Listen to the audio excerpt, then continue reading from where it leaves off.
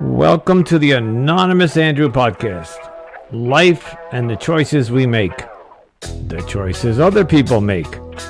Why we choose to ignore the red flags. Red flags like gaslighting, cheating, addiction, mental illness, and much more. What role do they play in relationships?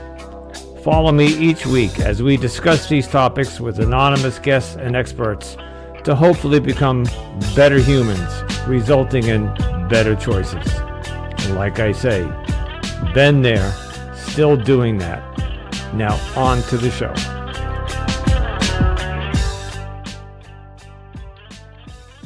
Anonymous Andrew with you once again. Welcome. Life and the choices we make.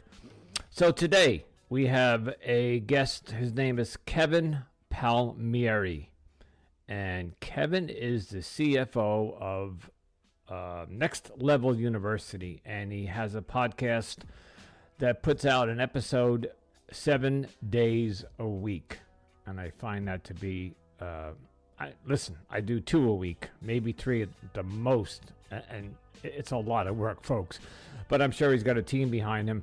Anyway, Kevin, coming up next, an amazing story and an amazing concept, and I hope you enjoy this interview. We'll talk to you on the other side, and don't forget to leave me a review. Hint, hint. Ciao.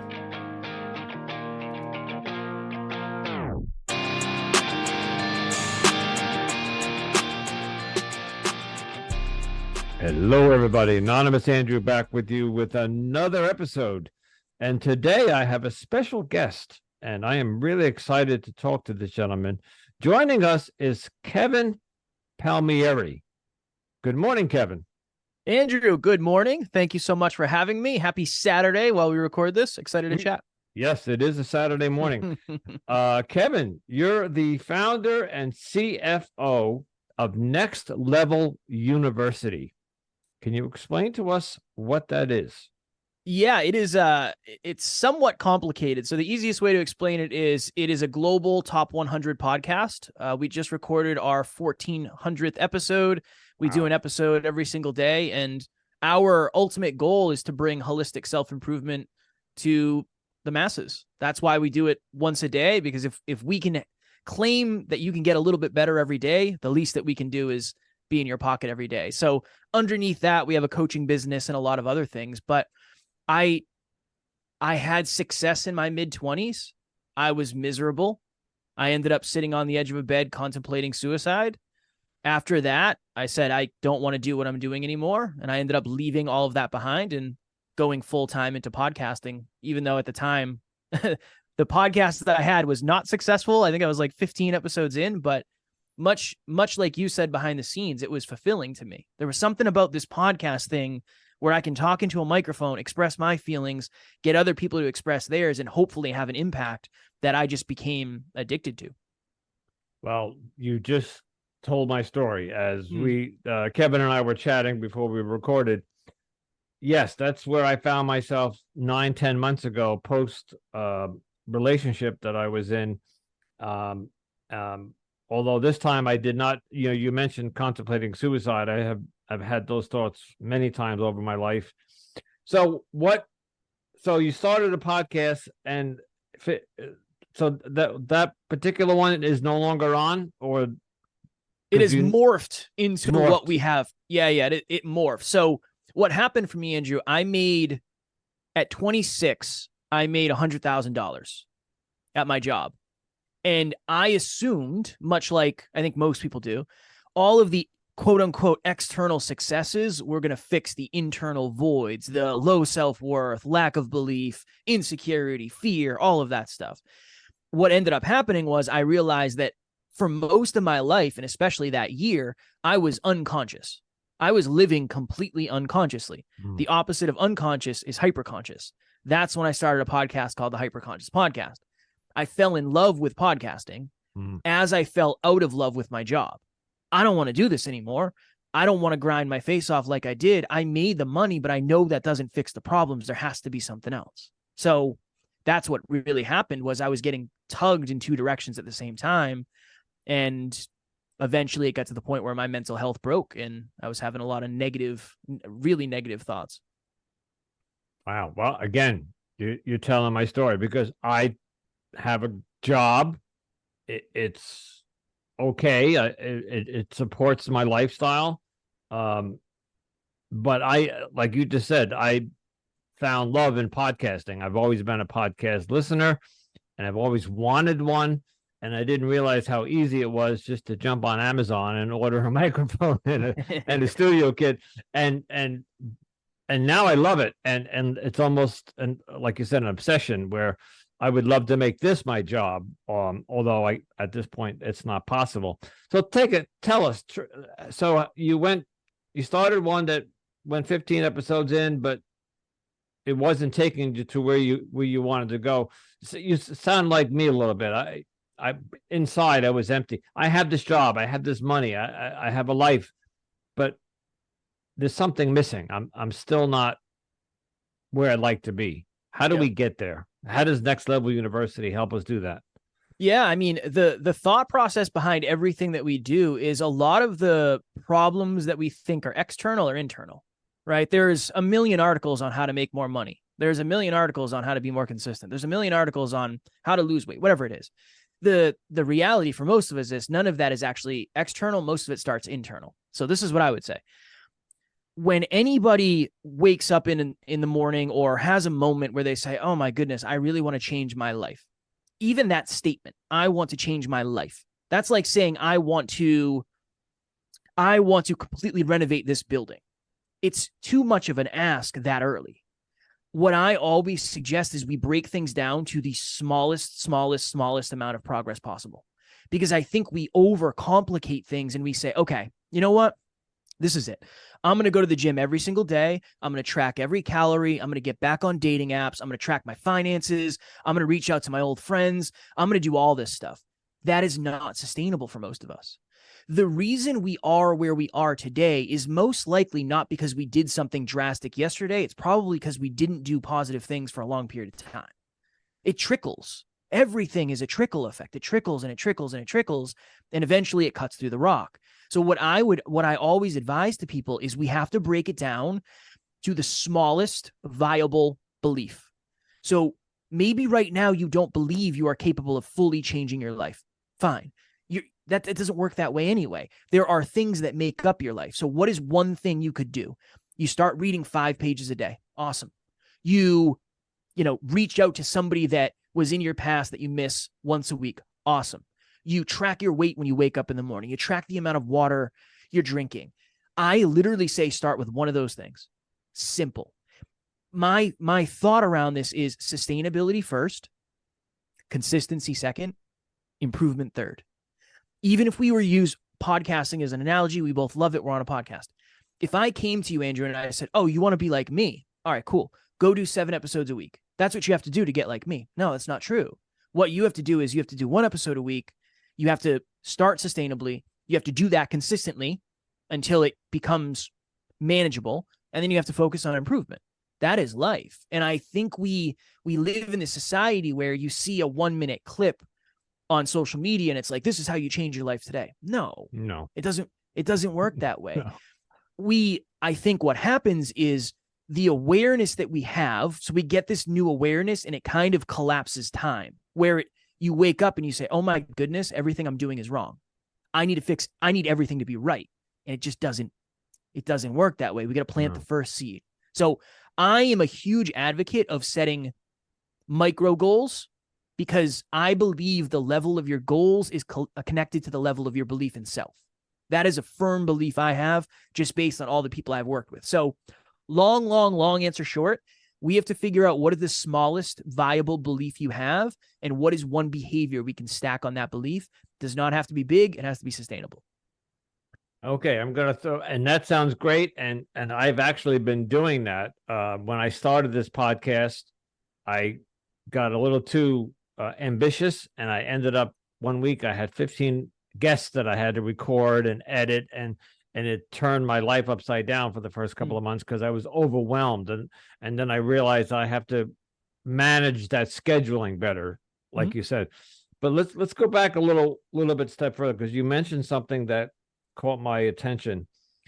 There is I forget how you put it, but you have to have a belief in yourself and self-respect and self-worth and self-love. And I've been focusing on trying to get that back. Not to drag my last relationship into this, because I've been doing that for 50 episodes, but this woman broke me in half and took away my self. Well, I gave her the power to take away my self-dignity. All of everything you just mentioned, starting slow, baby steps, one step, one manageable concepts. But if you don't have self-dignity or self-respect or self-love, how do we start building from? You need that first. Yeah. So what I have found is usually that starts from two things. One, building self-trust, and that's where the taking action is connected. So I always say this as an analogy. You're most likely not going to do a paint job on a car that has 4 flat tires. Doesn't make sense, right? It doesn't make sense you have to worry about the tires first. I think a lot of us are the same way, where you're not really going to invest in self if you don't believe in the value of self. So what I always talk about first is we have to visit the past. And I know you mentioned that that's something you're going through right now and dealing with. A lot of people,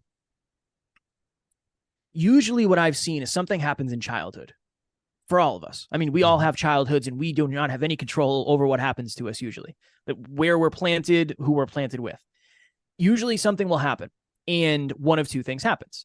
People are either told they're amazing, incredible, handsome, beautiful, they're going to be successful, they can do anything they believe, and they usually end up with higher self-worth, or you're trash, you're never going to succeed, you're ugly, you're stupid, I wish you weren't my child, whatever it is. That's going to end up being low self-worth. Now, here's the problem. High self-worth attracts high self-worth. Low self-worth attracts toxicity, usually. So the first relationship we find is usually toxic. Yep. And then we assume that's all I deserve, all I deserve, all I deserve. I've heard so many people say this. I attract negative people into my life. Yes, but many people attract negative people into their life, but low self-worth doesn't filter them out. Everybody attracts into their life. Not everybody filters. And I think that's what self-worth really does. It allows you to say, I am more worthy than what you're offering. I am more worthy than the treatment I'm getting. So usually what I would say is, number one, we have to visit the past and figure out, where does the self-worth thing actually come from? Because it's usually not the thing that just happened. There's usually a bunch of stuff under that. And then what I always suggest is, and it depends on the person, but setting boundaries has been super, super important for me. Because if Andrew and I had this conversation at the beginning, where we only have 45 minutes, we both have a hard stop at the top of the hour. Say we just rolled through it, and in the back of my mind, it's like, I should really get off this, right? I have another interview, I have a coaching call, whatever it is. I'm going to resent myself for not having the courage to do it, and I'm going to resent you for not helping me keep my boundary, and that's actually going to lower my self-worth. In that moment, I have that conversation with myself. I should really stand up for myself. But if you don't do it, I think it actually takes away. So I would say, looking at what are the boundaries you currently have in your life with certain people, places, things, ideas, feelings, I think that's one of the best places to start, because to your point, it's very hard to build belief if you don't feel like you're worth investing into. But the boundaries thing, we work with a lot of people who have low self-worth and low self-belief. I don't think it's a coincidence that they usually have overbearing families and or overbearing partners or overbearing friends. I don't think that's a coincidence. No. And that's again, you're telling my story in a sense. I guess I've had, you mentioned the childhood trauma. We were talking a little bit earlier about you made some money in the 20s, and I came from a well family. My father was a doctor, and I went to good schools. I had a nice upbringing. Very little to no trauma in my upbringing. That it was a nice childhood, and money I had wasn't a problem. Yet I turned out to be the black sheep of the family. I'm the one. So I'm the oldest of 4, 3 younger sisters. All of them are doing great. My parents raised 4 children of which 3 of them turned out great. The fourth one, or the first one, myself, is the black sheep, the alcoholic, the one with bipolar, the one that has not, I want to say shine, or has risen to the top and excelled. And like I discussed with you earlier before we recorded, I'm 63. I woke up and I said, what am I doing wrong? I'm not where I'd like to be in my life. And I look back at the last 40 years and say, I've wasted 40 years of my life. So I have got to establish, well, let's keep this in. I want to talk to the audience. We have to establish those boundaries first, which I am not good at. I will admit that right up front. So how does one start to establish boundaries? So let's take this example at 10 o'clock at the top of the hour. If it's 5 to 10 and we have to wrap it up, but we're in the middle of a conversation and I'm thinking, oh, I got to wrap this up. But I don't want to interrupt you. Is that a boundary? Is that something? Yeah, this is my advice. We already both did it. We did it at the beginning of the interview. You already set your boundary. Yeah. You said it in the beginning. That's one of the things I always do is like when I go to let's just say hypothetically, I go to a family event, I go in and I say, just a heads up, I have to leave at noon because I have a business call. I have a team meeting. I'm going to, because in a way you're setting the boundary right off the bat and you're kind of eliminating the opportunity for resistance later. Now, can it still happen? Absolutely. But at least now I am aware of your boundary and you are aware of my boundary. So I'm not going to break rapport at the end when I say, Andrew, heads up, there's only 3 minutes left, because I know you want the same thing. That's part one. Here's the other thing. And this is the part that sucks. Some people in our lives don't really care about our boundaries because they actually directly benefit from us not having them.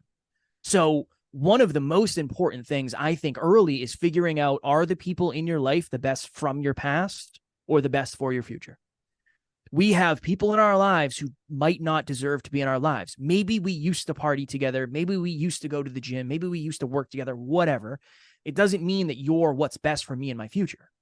That is a really important step for anybody who's looking to grow or change, because you might not even know the people in your life are holding you back. And let's be real.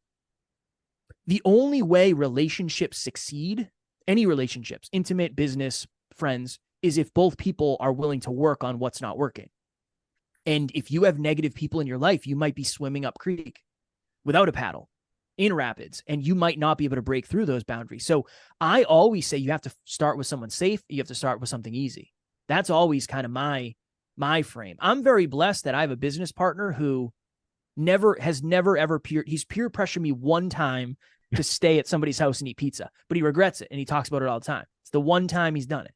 He's never done it other than that, and I'll never do it to him. It's really easy for us to set boundaries with each other. It's almost like training wheels. So you got to find someone who can kind of be your training wheels. I really think that, because even in that self-talk, I'm the black sheep, I'm the outcast. I wonder if you're allowing that to stop you from connecting with really positive people who would be really good for you, because you might not think you deserve it, That's interesting, because you're not the first person to say that. Actually, a family member used those exact words to me, that I don't think I deserve it. Let's talk about vulnerability, because vulnerability, why is it so important? Why is it like starting, like what you and I are doing, podcasting, basically is being vulnerable. I come on here and I tell all my secrets. I tell all my thoughts. I'm an open book. And in the beginning, you said to me, "You're an open book." Why is that so important? Vulnerability is the truth. At the end of the day, being vulnerable is being real. It's being truthful. It's being authentic. It's being brave. It's important because if we go through our lives living in a reality that isn't real, we're never going to get to the root of what's actually real. That's it. I mean, number one, it's important because it requires you to be truthful with self. You cannot be vulnerable until you're vulnerable with yourself first. With yourself. Yeah. Right. So it allows you the opportunity to look at things and own them. Oh, wow. Yeah, that was on me. Or, wow, I'm not showing up the way I want as a partner. Wow, I'm not showing up the way I want when it comes to fitness, whatever. But that's a conversation with yourself first. I think one of the reasons it's really hard for many people to be vulnerable is because they're not actually vulnerable with themselves. When you're vulnerable with yourself and you know the truth of yourself and you can accept the successes and you can own the quote unquote failures and mistakes, it's far easier to do that with other people. If I know I messed up, I don't really care if you know. I know I did. Right. You're not going to tell me anything I don't know. I know I sucked. I made a mistake. I misspoke. My temper flared. The other part of this is, unless you're vulnerable, nobody can actually treat you the way you deserve to be treated because they don't know how you actually feel. Nobody is going to be able to read our mind. Nobody knows what you're thinking right now. Nobody knows what I'm thinking right now unless I tell you. You know, so here's my thought. If I came on here, Andrew, and I said, hey, just a heads up, I'm having a rough day. If my energy seems off at all, that's why. Like, I love you. I'm grateful to be here. I want to add value. But if you sense anything, that's why. That's me being vulnerable. If I don't say that, I'm going to be thinking the whole time, does Andrew know I'm off? I wonder if Andrew thinks I'm off right now. Am I actually adding value? Are we connecting? Vulnerability allows you to connect, and it allows you to be present, and it allows you to stay connected to the person. So the level of truth you have with yourself is going to dictate the level of truth you're capable of having with others. And that's why it's so important. And here's the other thing too. Again, going back to relationships, you're going to realize very quickly who you can actually be vulnerable with. And you're going to realize there's some people who aren't going to resonate with that. You're going to realize other people are waiting for you to be vulnerable so they can be vulnerable with you. And the level of the vulnerability is usually directly connected to the level of the quality in the relationship. That's just usually how it works. I couldn't agree more. And so I have an image in my mind. So we've talked about vulnerability, boundaries, and let's just say self-respect or self-dignity. It's a tricky minefield when let's talk about maybe starting dating and I guess, for example, this last relationship, I have trust issues now. So if I start dating somebody and I want to establish boundaries at the onset, but also be vulnerable. You see where I'm going there? It's a little so to establish boundaries is saying, like you had mentioned before, but being vulnerable, there's a question in there somehow, but I'm not sure how to ask that. How do you be vulnerable and yet, how do you establish boundaries with somebody and yet be vulnerable at the same time? Yeah. So this happened to me in one of my past relationships. My partner was talking to another individual. I don't know if anything physical ever happened. I don't know, but that definitely was a huge trust issue for me. I couldn't believe it. I had huge trust issues. It was a whole thing for me. So as I started to understand that, and as I started to learn that, like, this is really becoming potentially negative for future relationships, one of the things I would say, and this is kind of how it would go, hey, just a heads up, I had somebody in my past who I don't know if they were super faithful. When you have your phone upside down, it triggers me. And I would just start that conversation. But again, Andrew, here's the thing. This is the hard part. Not everybody's going to respond the same way. Yeah. There's no way I could ever guarantee if you and I had that conversation, I'd respond the same way as somebody else, but it depends.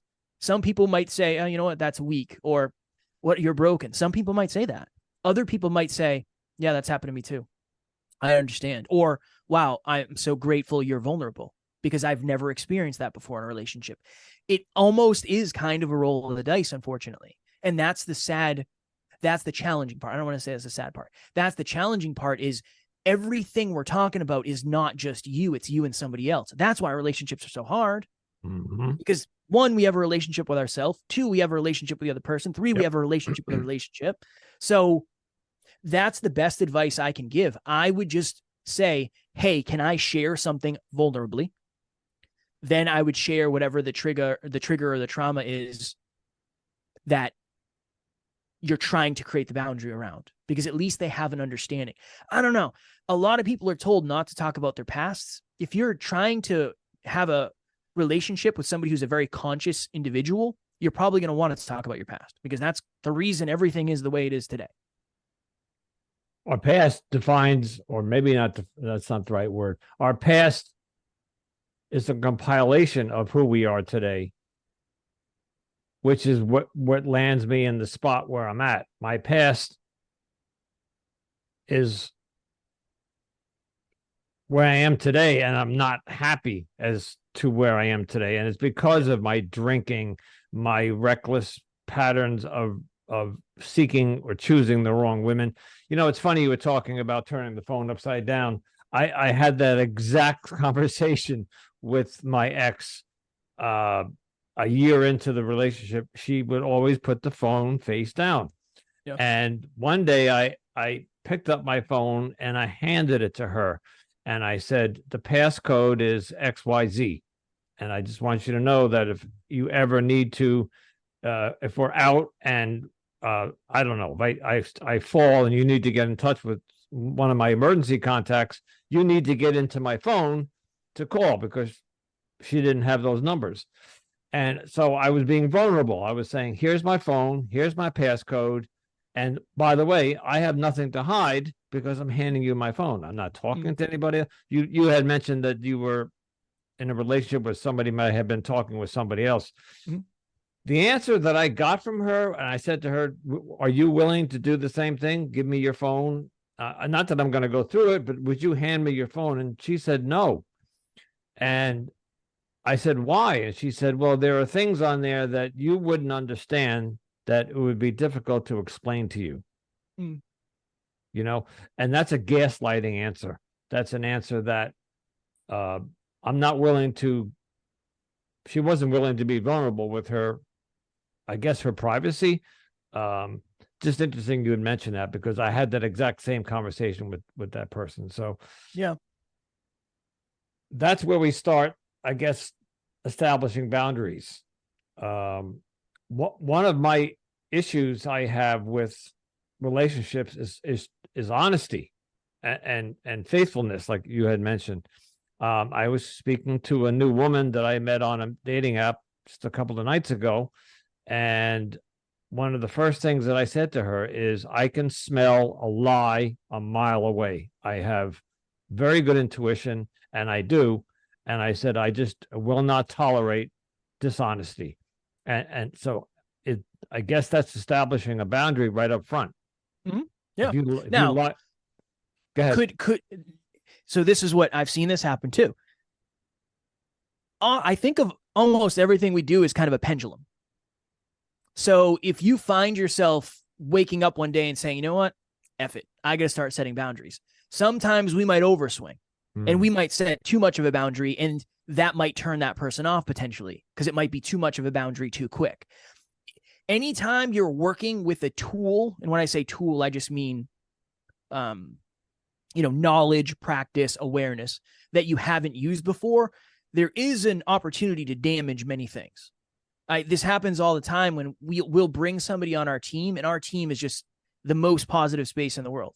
And sometimes people will get a little bit of an ego because they've never been poured into at the level that we pour into them. And I always give them a disclaimer.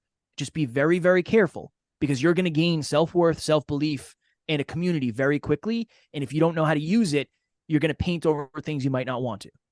And it's just, that happens. So that's the other thing is, and I don't know if there's any solution for this. I think this is the course of being a human.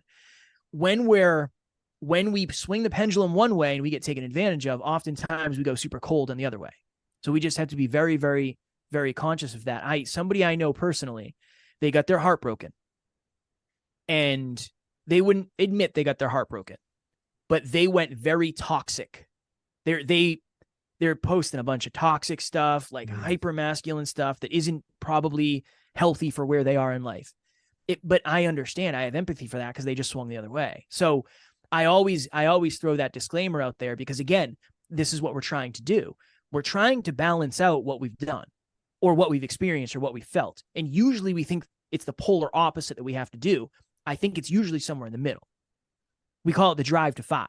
0, 10, those are the polarities. 5's the center, right? 5 is confident but humble, having accurate self-worth, that type of stuff. So I think it's really good to set that boundary, but I wonder I don't know what the other person would think. Maybe they would respond positively, maybe not. It might be too much too soon. I don't know.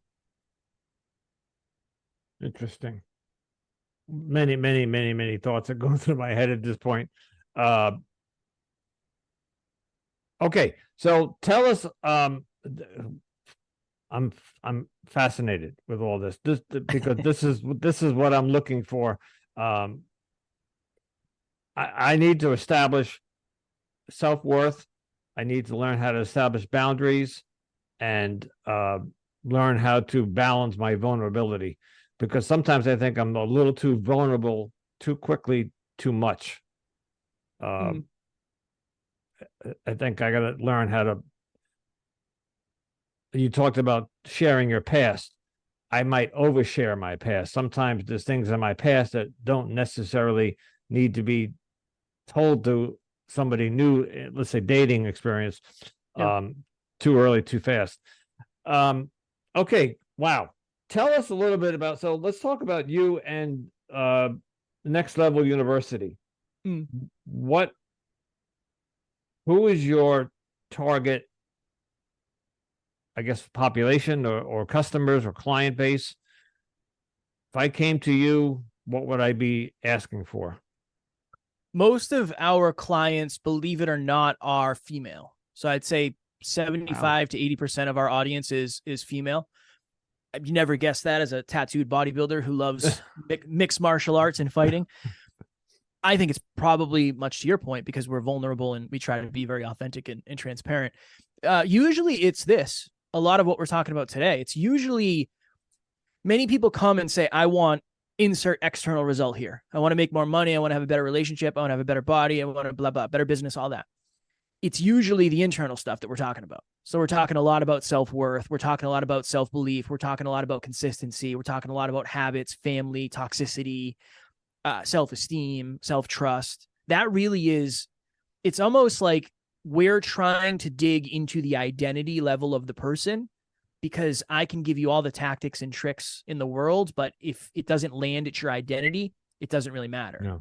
So it's mostly that. People think that the reason they're not getting external results is external factors, when in reality, it's stuff like that. Usually that's usually what we see. I had a client the other day who wrote a book, has a podcast, doing well in life. And he said, I cannot for the sake of anything, post on social media about the podcast. I'm struggling. And we dug and we dug and we dug.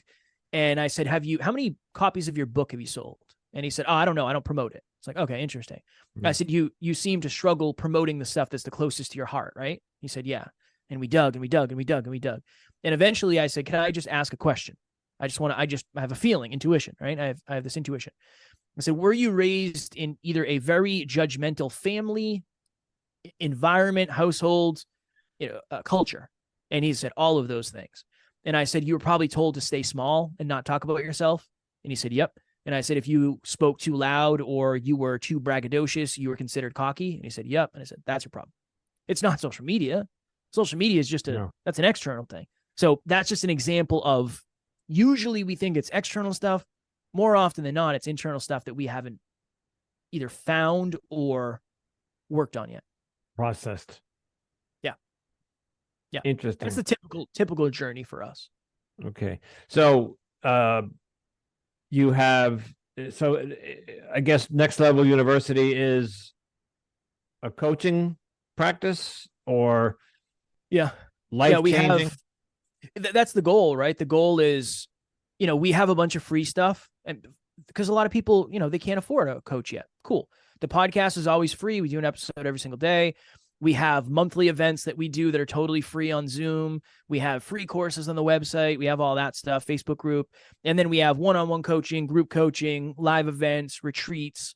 And then we have some other businesses attached to the business as well. But most of it is, how do we help this person get to the next level of their life? Whether that's listening to the podcast consistently, cool, good for me.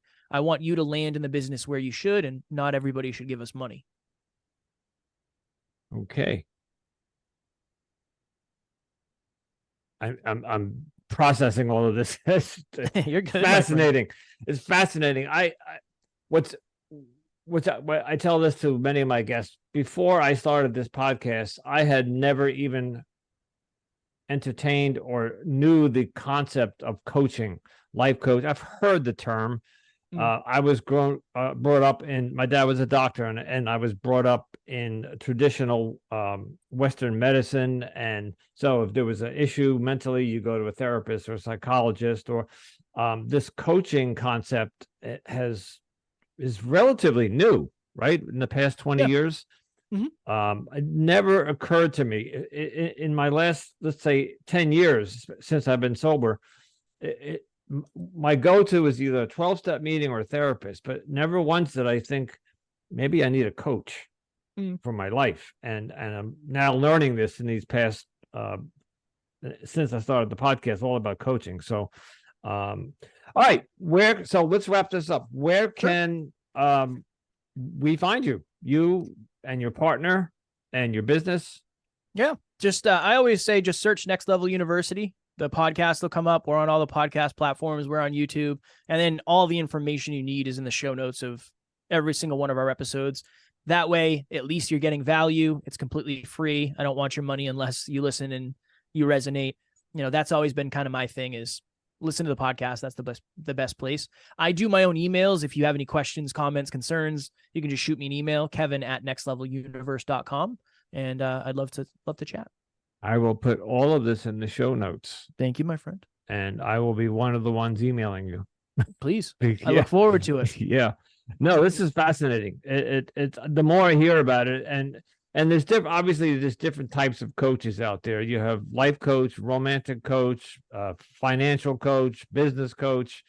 You seem that you do all of them. You have all them wrapped up into one. We try. It depends on the person, right? And I can only coach to the awareness that I have. So as long as my awareness is higher than who I'm coaching, usually I can add value. But full transparency, I always suggest anytime you're doing any form of like achievement coaching, you have some form of therapy on the back end.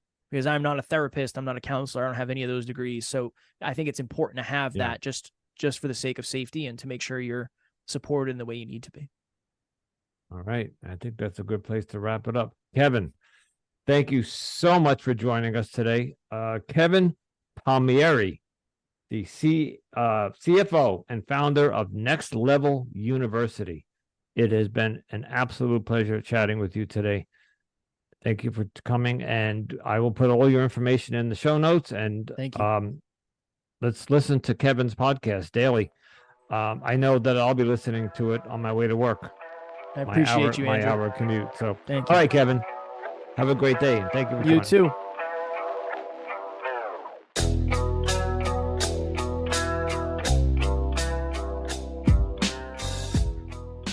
7 episodes a week. Podcasting is and can be, for many people, a full-time job. That's my goal one day, is to get out of the IT world and become a podcaster. You know, I've been getting a lot of feedback from everywhere. Everything from direct messages on Facebook to Instagram, emails, even phone calls from people supporting what I'm doing. So yeah, one day I would like to make this my full-time job, and maybe, I don't know about 7 episodes a week, but you know, I got a review a couple days ago from somebody who really enjoyed the concept and said something about that what she liked about the show was my honesty and my vulnerability, how I'm an open book and I don't hide anything. But in there she hinted that the podcast could use some improvement. I think what she was referring to, actually, I'm not sure what she was referring to, but I took it as if it was rough on the edges. And it is, learning at the age of 60 how to put together a show like this, not easy. Labor of love, as I always say. But all right, folks, please follow me, subscribe to me, and listen to Kevin's podcast. You'll learn a lot. Until next time, if you need to make a choice, please choose wisely. Ciao.